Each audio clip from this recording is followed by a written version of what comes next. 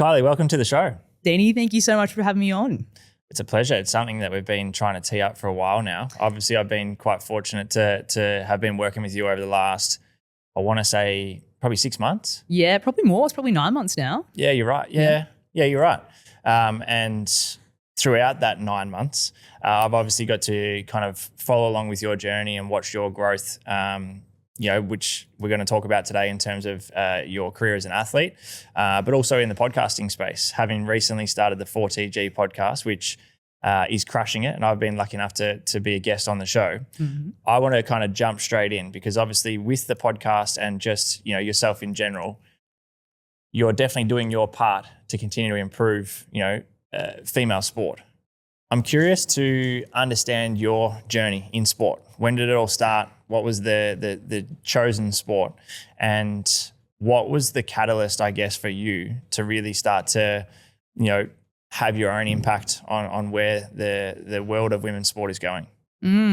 So I grew up absolutely loving sport. Sport for me was the place I felt most comfortable, most confident. I was lucky enough to be quite natural at sport, and I assume just like some people pick up languages easily or maths easily, that was sport for me. So I was playing every sport I could. If it meant I got a day off school, you best believe my name was on that sheet. I really sort of came to a bit of a turning point in about year 6 where I had to choose between doing soccer more professionally or polocrosse. Now, for many listeners, they wouldn't know what polocrosse is. Unfortunately, it's not polo. It's not the Prince Harry rich people of the world. It's called poor man's polo for a reason. But so I grew up in country New South Wales on a property, and my mum played polocrosse. My cousins, uncles, aunties played it. So it was a really strong family connection, and it was so much about the community and what happens around a campfire as opposed to actually playing the sport. So I fell in love with both, and mum and dad said, look, you've got to make a choice because we can't be continuing going absolutely everywhere on the weekend for both. So I ended up choosing polocrosse because I thought I could actually go further in that than soccer. And again, I just loved the family element of it. And I got to sort of a stage where the better I got, the less I was starting to enjoy it. And it came from the fact that I wasn't necessarily playing it out of love. I was sort of playing it out of I need to be achieving this, need to be achieving X, Y, Z to actually become successful at it. Right. And like anything, the more you do, the more eyes are on you, the more feedback you're getting. And I was constantly getting told lots of different things. I was overanalyzing things. I was becoming harsher on myself, and I sort of fell out of love with it by the end of probably when I was around 17, 18, and I was representing Australia, and I, was going up the ranks, but just the passion wasn't there anymore. Yep. But probably taking it back further, from a really young age, I have always tied my self-worth to performance. And that came back, I've only sort of come to realize in the past couple of years, is that growing up, I had a sister who was 5 years older than me, and she was brilliant at sport. And she would always come home with all these medals, and I would always think, shit, wish I could just get one, right? And mum would say, be patient, your time will come. You just have to keep putting in the work and it will definitely eventuate. And it Great did. Advice. Absolutely. But my sister, when she was 12, went through major spinal surgery. So she couldn't play sport again. She was in a wheelchair for a long time. And a lot of the sort of attention was on her, and definitely rightfully so. She spent a lot of time in hospital, and I sort of went from auntie to auntie and stayed at my grandmother's. And I remember the first time that I really got a lot of validation during that difficult time was when I won the age champion at a swimming carnival. And I felt seen, I felt validated, I felt respected. And then from that moment, I think I've tied the fact that I am worth a lot more if I achieve things. And from there, I've just been an absolute overachiever in all areas of life, whether it be study, whether it be, sport or anything. I've really tied that sort of self-worth, which I've only sort of come to unpack working with you. Yeah. So then once I got to the stage where I was sort of playing for Australia, and the other thing was that Natalie always wanted to play for Australia, but she never could because she, had the spinal surgery, and that provided more of a motivation for me to make it for her. But when I got there, I just was like, you know what? I'm not enjoying it. I'm almost resenting it. Yeah. And that's when I decided to step away from polocrosse. That, as well as I moved to Sydney for uni, and it's quite hard to take a horse to Sydney with you. I couldn't even afford rent myself. So I sort of stepped away from sport. That's right. For a couple of years. And it was a bit of an identity shift because sport was a massive part of my life and my enjoyment and my community. And then I started playing soccer again just for fun, which was brilliant. And then I was fortunate enough, as soon as uni finished, to travel to Indonesia. I worked over there for a year for the United Nations, which was awesome. And when I came back to Canberra, I was sort of missing that, the social side of sport. And I thought I might try either rugby or AFL because I played lots of touch footy growing up. I loved it and I thought something new. So I was doing pre-season at both, and then AFL I just absolutely loved because it's just got the best of all worlds. You can kick it, you can tackle, you can run, jump, all those things. And obviously being from New South Wales, we never played it. We didn't know really what it was. So I started playing it and I fell in love with just sport again. And, I was, as I said, naturally pretty good at it because I had a big kick from soccer and just the community was absolutely fantastic. But I never joined to play professionally. That's the thing. Yeah. Never thought that I would sort of be where I am today or where I'm trying to go. Where at that stage, just quickly, was AFLW, had that started? Yes, it would have, because AFLW is 10 years in existence this year, I think. Yeah. And this probably would have been about 5 years ago now. So from that early stage, was there ever the thought of like, hey, if I have a crack at this, maybe I could play AFLW, or is it still not really a pathway that was even... No, not really. You're conscious of? Yeah, I mean, some people, said to me, if you wanted to give this a good crack, you definitely could. But I didn't really think I had the talent, and also I knew what it takes to make it to the top, and I just was kind of worn out by the last, playing polocross at that level. So I just wanted to keep going and playing it for the love and joy of it. But then that obviously changed because I moved to Scotland and I was playing AFL over there. And obviously, as you can imagine, it's not huge, but again, it was an amazing sense of community. It was all for the beers really at the end of the day. But when I was over there, everyone's like, wow, you should try and do it professionally. And then I sort of sat with it for a bit and I was like, you know what? I'm like, let's give it a crack. I absolutely love it. It'd be worth it. So I moved straight from Scotland to Darwin because their season is when everyone else is off season. Yeah. And had a great time up there again. The standard up there is sort of brilliant. It's untapped. They have lots of AFLW and AFL players who play in the off season. Yeah. And the plan then was to move to Victoria and, get picked up by a VFLW team and hopefully, see where that leads. And when we won the flag up there, which was another bit of a highlight. Yeah, so awesome. Can't complain there. And then, I guess I moved back to Melbourne, and to be honest, I got completely obsessed with it again, and I tied all of my self-worth to how I was playing on the weekend. And I, honed in on things like my diet. I was becoming a bit obsessive with that. I was trying to lose some body fat so that I could be lighter and I could perform better. And I was doing extras. I was leaving work at 3:00 so that I could, get there half an hour before, do some kicking practice, then train, then be home by 9:00, then get up at 5 a.m, go to the gym. It was just a really sort of vicious and unsustainable cycle. Relentless, yeah. Yeah. I started getting injured. I started resenting it. More injured you get, the more isolated you get. And it just was a bit of a negative cycle, really. Yeah. And I started to hate it again, to be honest. And I got to the stage where I was like, something needs to change. Either I need to give up footy or I need to go and sort of seek help. So I went and saw a sports psych, and we sort of drew everything back to like, why do you play? Like, why did you play it in Canberra? What was the feeling behind it?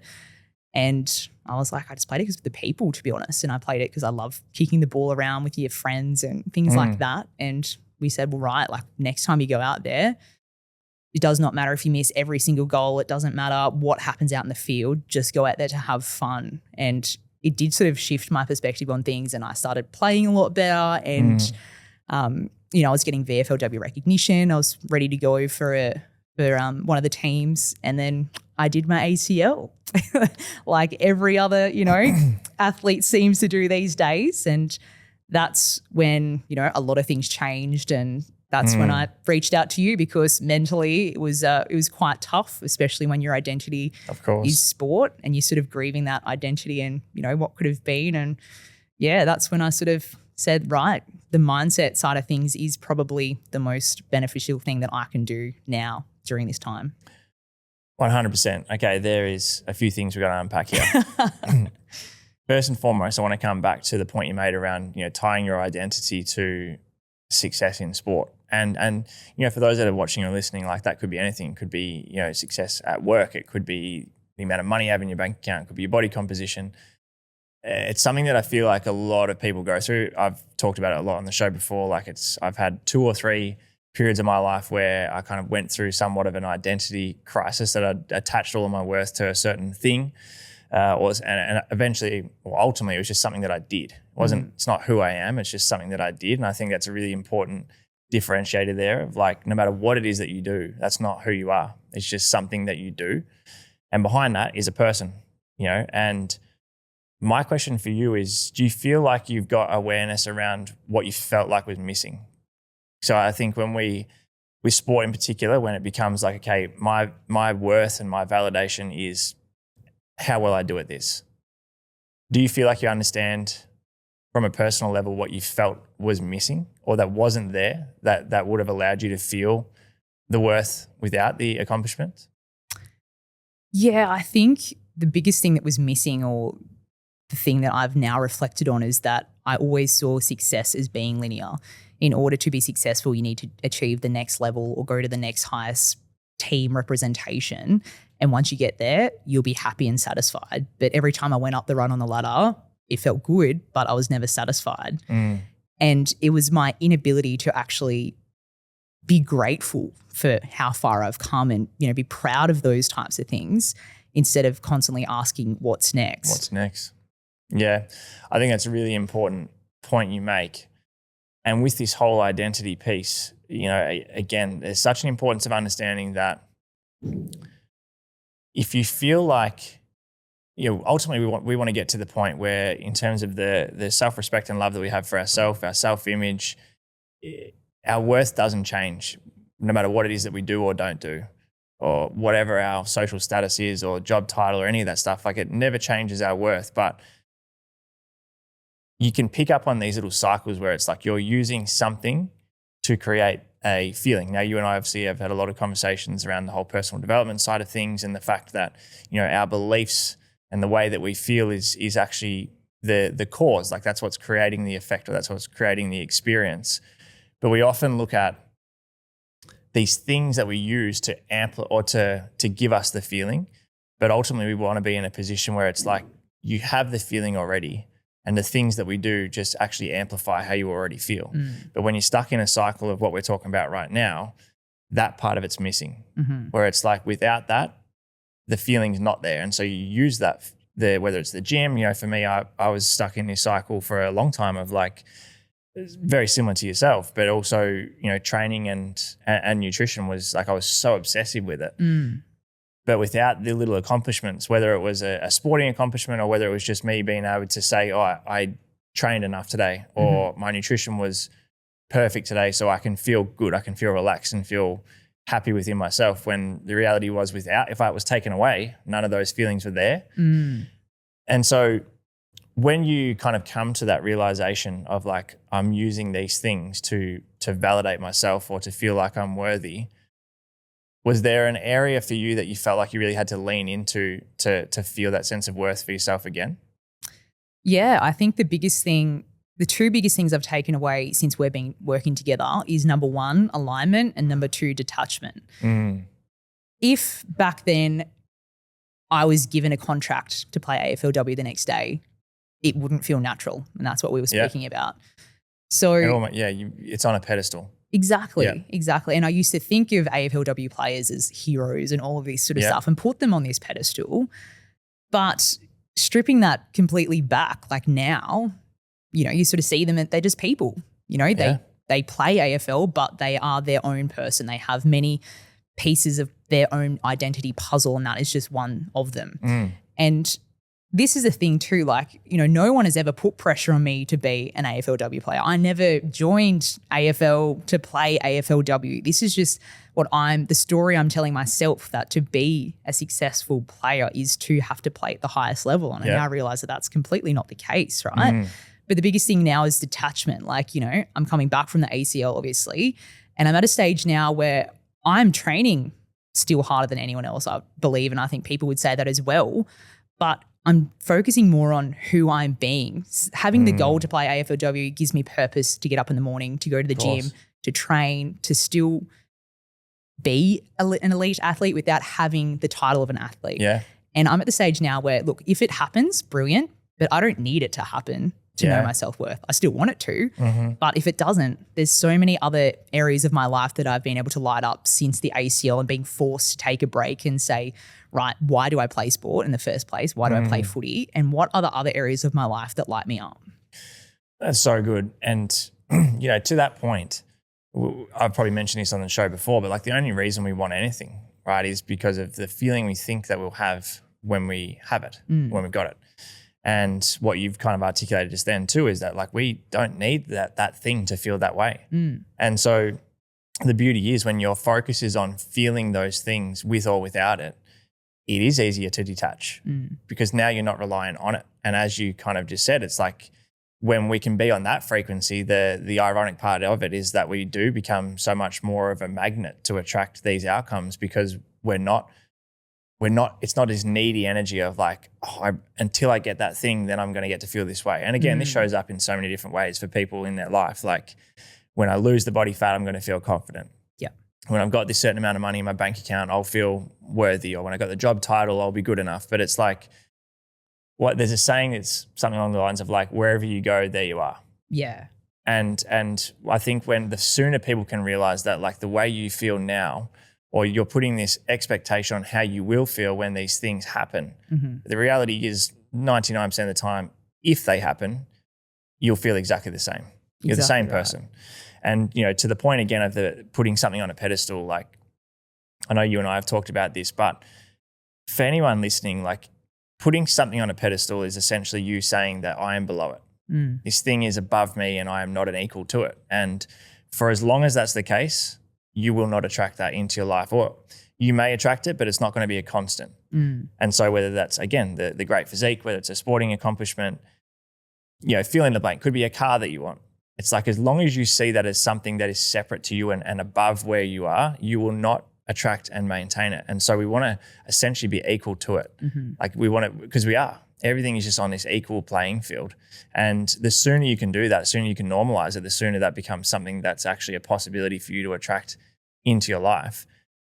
And so I want to now kind of come back to the ACL because, I've experienced a shit ton of injuries over my time. And I feel like in time I got much better at being able to navigate through it. But when you're in a position where you're chasing after something that means so much to you and essentially it gets taken away from you, it's hard. It can be really hard. And so I'd love to understand get inside your mind from, day one of doing the injury and how that's kind of progressed or transitioned into where you're at with it now, even towards the back end of recovery. Because I know now you're back into training, which is very exciting, but what was the headspace like on day one in comparison to towards the back end of recovery? You know what, it's funny, when I did my ACL, there was almost this sense of relief because for once it was out of my control. I couldn't do any more to get there, And I remember the first day I did it, like I was angry. I was obviously upset. I was frustrated more so than anything just because I had put in so much effort in the gym to make sure I didn't get injured, all this, injury prevention stuff. I was doing all the right things. There's girls on my team who don't even warm up, but they never seem to get injured. So, I say I went through the whole 9 stages of grief sort of in one day. But I remember telling myself, I was like, right, I'm going to give you 24 hours to lean into what you're feeling. Like you can feel as shit as you want because it is shit. And again, I'm just going to preface this by saying I'm not the first person who's done an ACL and I won't be the last. But it is. It's absolutely gutting because you know what's ahead of you. It's going to be 12 months of hard work, 12 months of isolation, 12 months of thinking I may never get back to my normal self. And even to this day, I don't know if I'm still quite there yet. It's a really long recovery.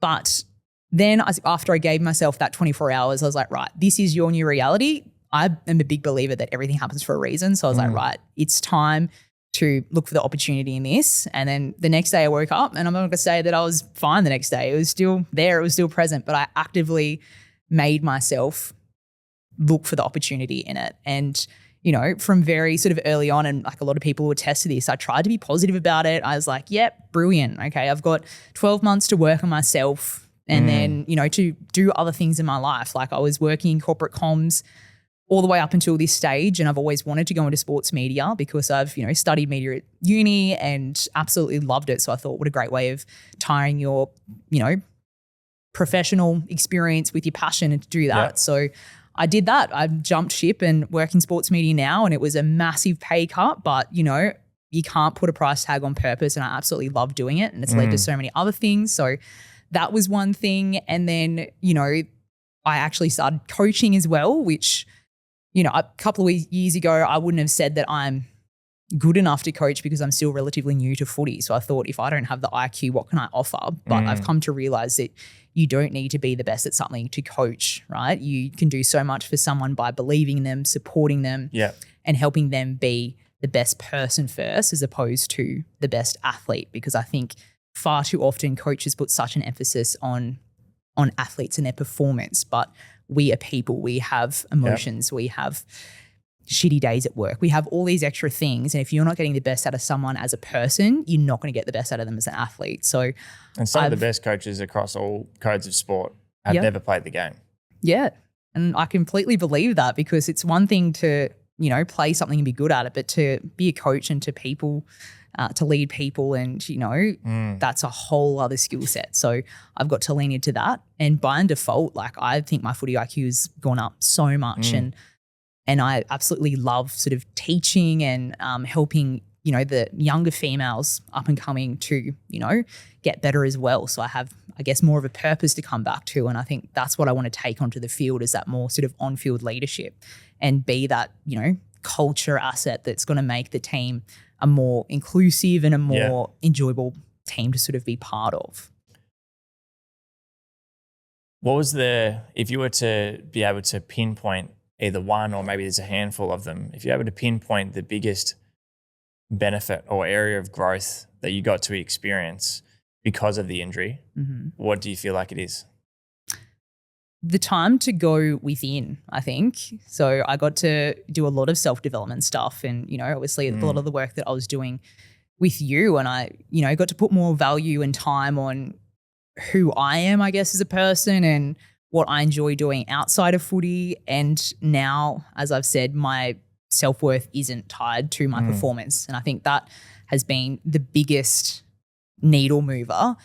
But the thing that you and I do together, you're not telling me to go and buy the most expensive equipment or letting me in on this huge secret. Everything that we need, we already possess in our mind, and our mind is our own gym. And that's what I've learned. It's so funny.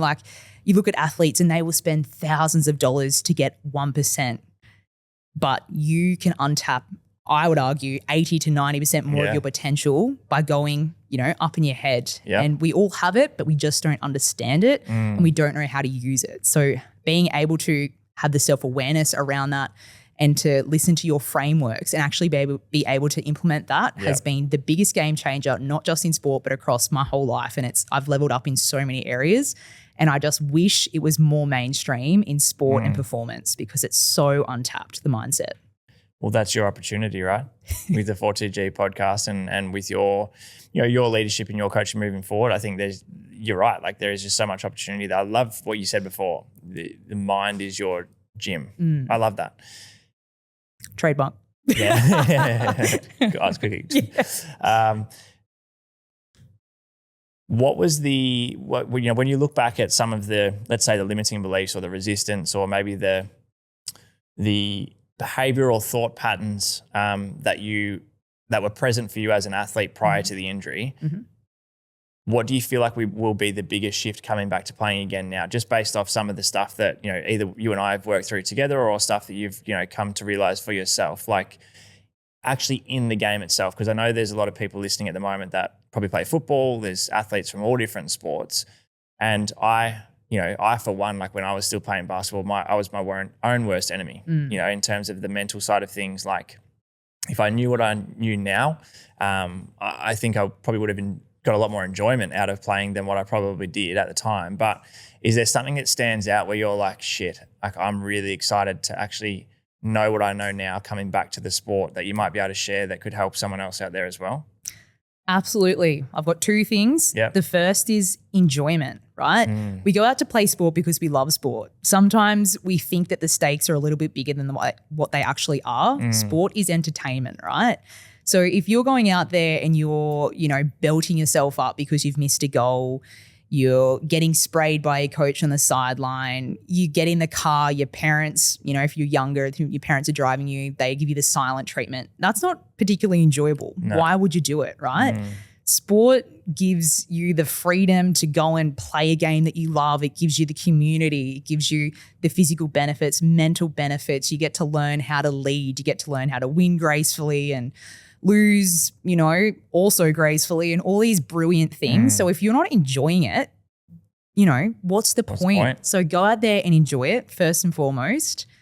And the second thing that I'm super excited to come back to is the mindset things around, right, if I miss a goal, that's fine. So if I go into the next goal thinking, right, I'm going to miss that goal because I've missed the last one, as we talk about, you're manifesting that and you're doing that perfectly, because what's going to happen, you're probably going to miss that goal as well. I think the scoring percentage in AFL as of 2022 was about 50%. So if I take, 6 shots and I only kick 3, I would beat myself up before all this training. But guess what? I'm right on par with the AFL, so that's fine. And, it just goes to show that if I'm then write myself off for the rest of the game because of that, I'm not particularly valuable. So that's what I really want to instill with teammates and stuff as well, is just say, if you miss a goal, we're not losing 6 points. We're out already. You'll get the next one. It's just that ability to reset and forget about the past and not take that negative emotion into the next thing. That's what I'm really looking forward to when I get back out there to 100%. See how it actually works in practice. Yeah, exactly right. I mean, first and foremost, like the focus, as you just touched on, like if you're going into a game, and this is in any sport, like with the focus of not fucking up, all of your energy is focused on fucking up, right? And so you never want to keep your focus and attention on the stuff that you do not want. And that's not just for sport, it's just life in general. It's like all your energy and attention should be the desire or like the outcome that you do want. And to your point, the difference between good and great athletes is not about how many mistakes are made. It's about how quickly they can shift from that mistake and then go straight back to almost the expectancy of what they're going to do next. And it's also inevitable. Like you and I have talked about this a lot. It's like to go into a game and to genuinely be frustrated about making a mistake, when you think about it, is fucking stupid. It's like a massive ego thing, isn't it? Of like, what would possess me to think that there's no chance that I would make a mistake in the game today? Perfect. It's like, it's going to happen. And so it's more so like, how quickly can you shift on from that and just move straight back to the expectancy of what's next? And that in itself, like I mentioned before, I was my own worst enemy. Like, again, like I'm saying this shit now, and it's like if my younger self could have heard that, it would have made a world of difference to my experience of sport, and even just like the amount of time and energy I spent so frustrated with myself about something that's just ridiculous when you say it out loud. But the leadership aspect, I think, is something that, I've seen, a lot within you since we've been working together as well. And I know it's a desire for you to be able to, not only lead yourself, but also have that impact on like the future generation as well of leaders, whether it be in business or in sport. Semi-recently, you've obviously launched the 4TG podcast. I'd love for you to share a bit about, what went into, you deciding to even do that, and I guess what the main purpose of the show is moving forward. Yeah, so I launched 4TG for the Girls podcast end of July, and it really is off the back of a few things. So first and foremost, the VFL club that I was part of at the time completely cut the women's funding and didn't touch the men's funding. And not only that, there was a lot more that went into it, but it fell on deaf ears. There was only, I would say, 2 or 3 media articles written about it. And if this is happening at the semi-elite level, you just can't imagine what's happening at community level. And I became irate about it, to be completely honest. I just thought there's so much injustice, especially because the women's program was the top performing program, right? And I was sort of looking into it a little bit more, and then I come across the stat that at the age 14 or 15, girls are twice as likely to drop out of sport than boys. And when you look at what sport is, and it's more than a game, like sport is a vehicle to life. As I said, it's where you learn to trust your body. It's where you get the physical benefits. You learn to lead. And it's no coincidence that at the C-suite level, 94% of those women who are at those top leadership positions identify as an athlete. It's so important in our society, sport in itself, and this sense of belonging and community, that a society where half the girls are dropping out of sport at that age, we're missing out on so much. So I thought, and I spoke to you a lot about this, and when you said, why don't you start a podcast? I thought, absolutely, I think that is where I can create most value, especially having that media background. My biggest problem at the time was I thought, well, who am I to have a podcast? I'm not an elite athlete. You know what I mean? Like, what value do I really have? And that was a self-limiting belief. Yeah. Because I've come to realize now you don't need to be an elite athlete to share value and things like that. And so, I started 4TG because I thought about, even in my own injury, there weren't a whole lot of stories about people doing their ACLs and having these long-term injuries and being open and honest about what they felt, but then also saying what they did to get back from it. So I wanted to have a community and a platform where we can talk to the best athletes in Australia, the best coaches and high-performance experts, and hear the really raw and unfiltered stories about what it took for them to get to the top. So I don't want to hear the highlight reels. I want to know what happened, when you got injured, how much that sucked and what you actually did to overcome that. Because when you hear those stories, you think, shit, if they've done it, I can too. They're just people at the end of the day. And so that's where, I think 4TG sets itself apart from a lot of other podcasts, is that we really do want those raw stories, right? We want to hear the awful things that they've been through and, how they've overcome them. Because as a young 14 or 15-year-old, when you're thinking of dropping out of sport and you hear that your hero went through something similar, it makes you realize, right, I want to stay in it too. But and there's nothing wrong with me. There's nothing wrong with, and I don't need to have anything special to be able to do that. I possess everything that I need. I just need to realize how I can get the best out of myself. And the body achieves what the mind believes. So the more that you believe it and the more that they see it, that's the other thing. There's not a whole lot of platforms for women in sport at the moment. So having 4TG allows me to talk to all these brilliant people, and I want it to speak to the community and speak to the audience. It's not just a chat between me and them. I'm always thinking in the back of my head, what would I want to know as a 14 or 15-year-old from this guest? So it's been absolutely fantastic. And I've gained so much value from it and have been able to speak to some of the most incredible people. And I'm really excited for where it's going to go. And we've spoken about this in terms of where women's sport is at the moment. Like, there's no doubt it's at a watershed moment. We've seen so much growth. Even within 2025, it's meant to be worth, I think, around $3 billion and things like that. And one of the biggest sticking points at the moment is because it's a battle between, men versus women, and there's the inequality debate, which absolutely there is. Because, if you liken it to, I'll use an analogy because I know you do love an analogy, but if you have two painters, right, you have a male painter and a female painter. If we liken it to AFL and AFLW, AFL has been in existence for over 100 years.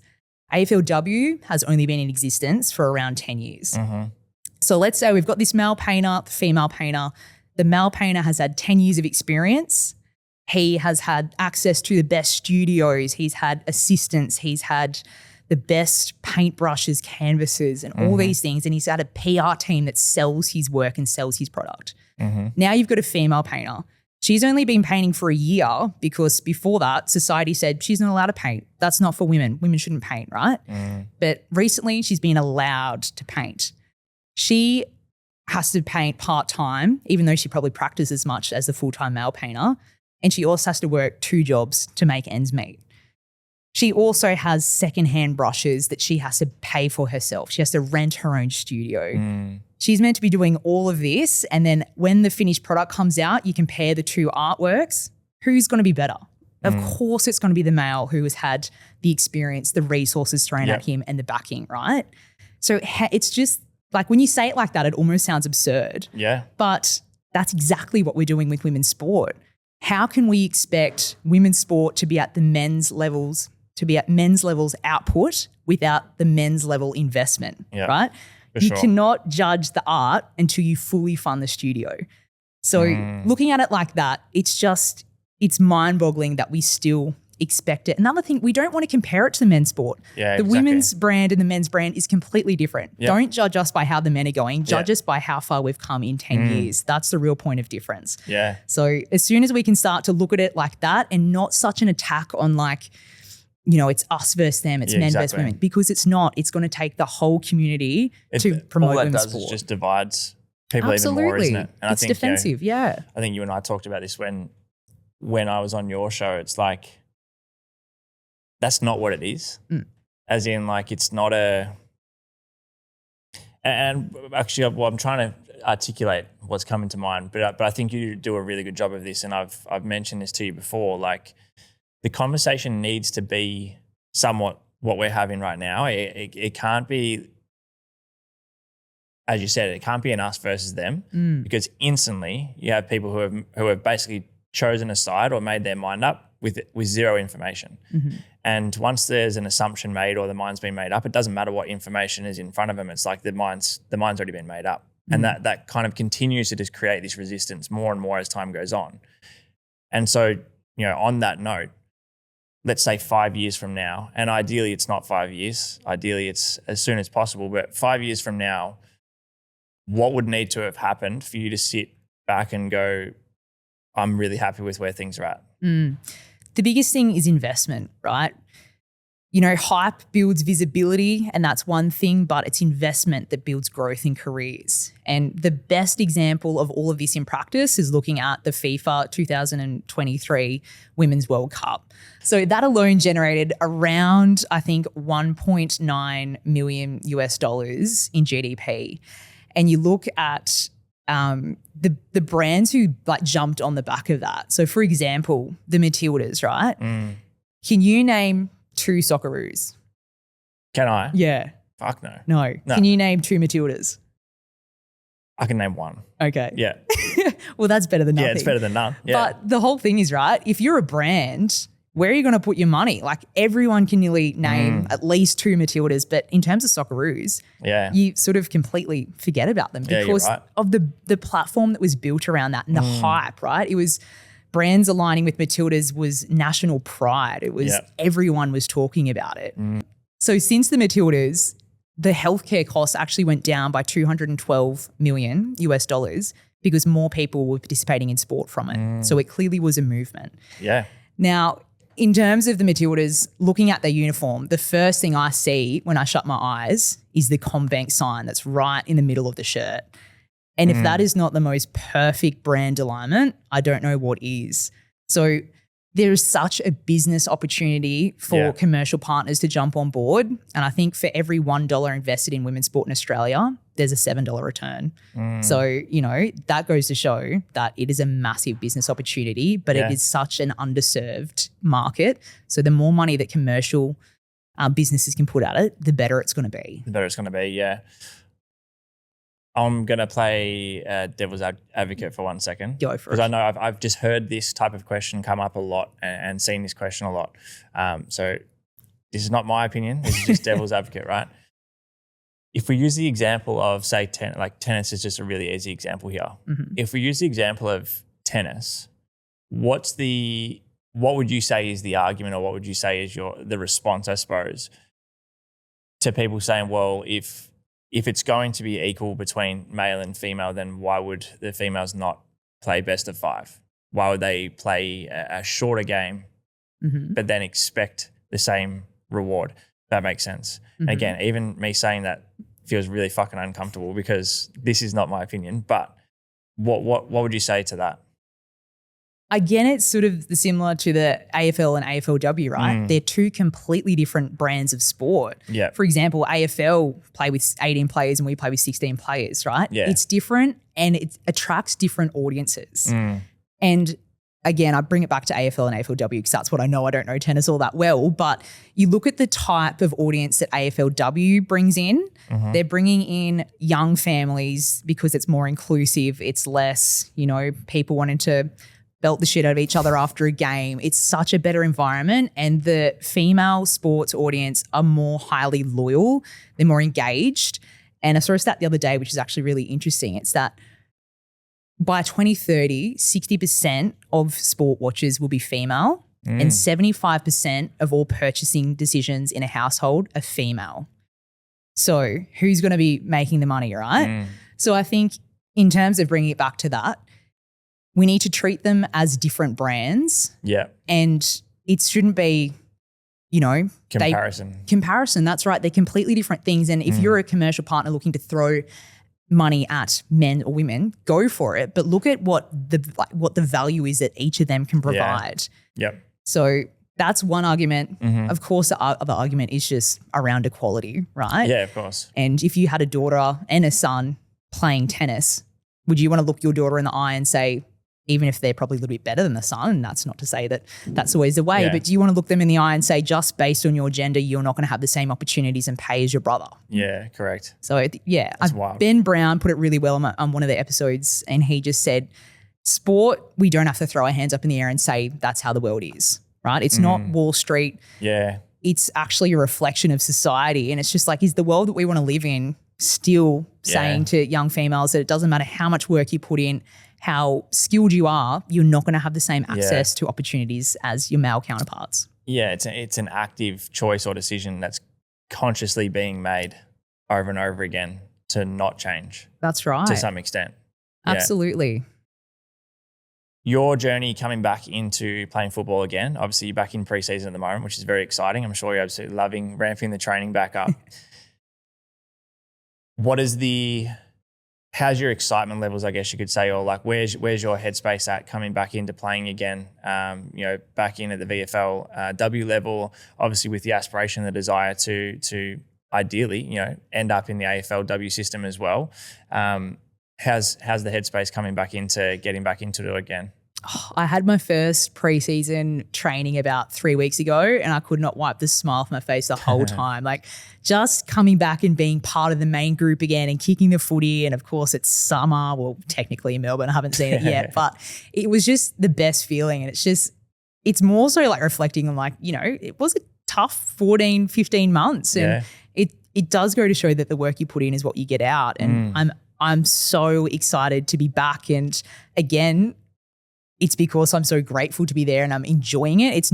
I'm not going back to be like, right, I need to make AFLW. As I said, it really doesn't bother me if I do or don't at this stage. Obviously, I'm going to continue training like I'm going to go there. But yeah, it's almost like I've just started playing footy again for the first time, and I absolutely love it. We obviously have talked about the fact that the ACL and the injury, it's like obviously a low point, particularly when it first happens. But, we speak about it a lot on the show, like all of the growth, all of the abundance comes from the other side of discomfort and change and something that's unfamiliar. And, to your point, it's like everything happens for a reason, right? Outside of sport, is there a moment that stands out for you in your life that was at the time a really challenging period of time, but has led to the most amount of growth for you as a person? Yeah, I would say during year 12, I was the school captain, and it was an extremely tough time because I took on so much more than I could really realistically do. And I put so much pressure and expectation on myself and thought for some reason that I had to be the best school captain there ever was and, create work for myself. And I never sat down and had recess with my friends because I was always at meetings and things like that. And I was on the point of absolute emotional, physical burnout. But in saying that, like that experience of leadership had set me up so well for everything else in my life. Like I learnt that I need to delegate more. I learnt that sometimes, people can disappoint you. I learnt you have to push back on things. Like it really was just almost like this little year of being able to learn how the real life, works and handle disappointments and things like that. And at the time, like it was really difficult to juggle that with playing pole across at a massive level and obviously studying for year 12 and at the time studying to be a doctor. So I was like really trying to juggle all these things. But yeah, I mean, would I do it differently knowing what I know now? Absolutely. But I wouldn't have the lessons that I learned from that time. Exactly. Yeah, 100%.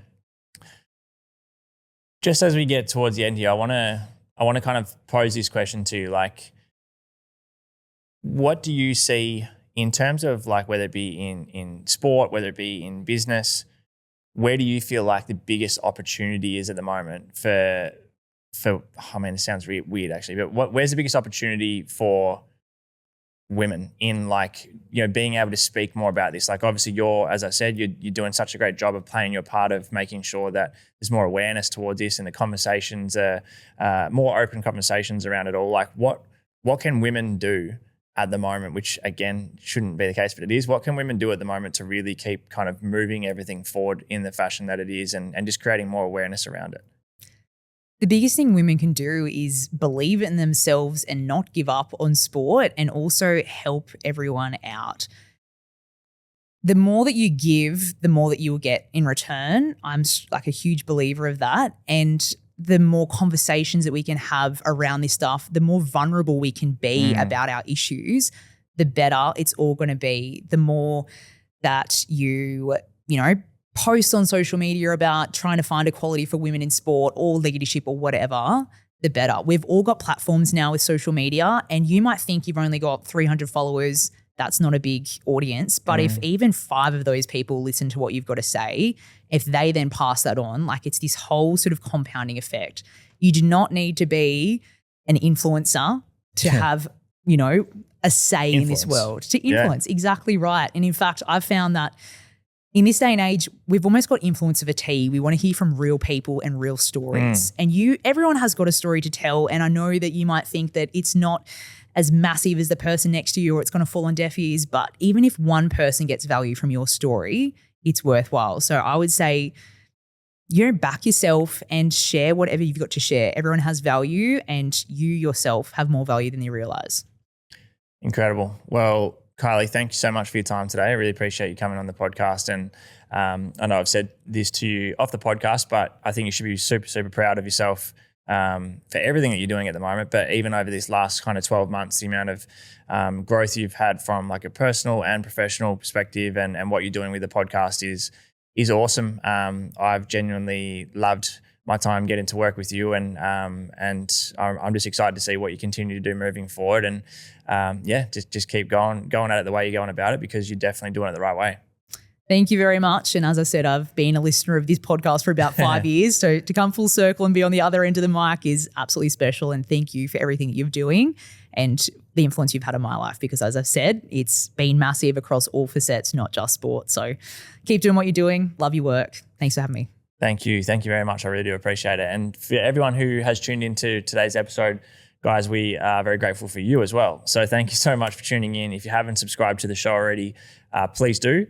If you feel like there's someone within your network, or maybe family or friends, that would get some value out of listening to today's episode with Kylie, please do send a link to that person. The more people we can get consuming the podcast and learning from all of the very valuable guests, the better. So thanks so much for tuning in, and I'll chat with you guys on the next episode.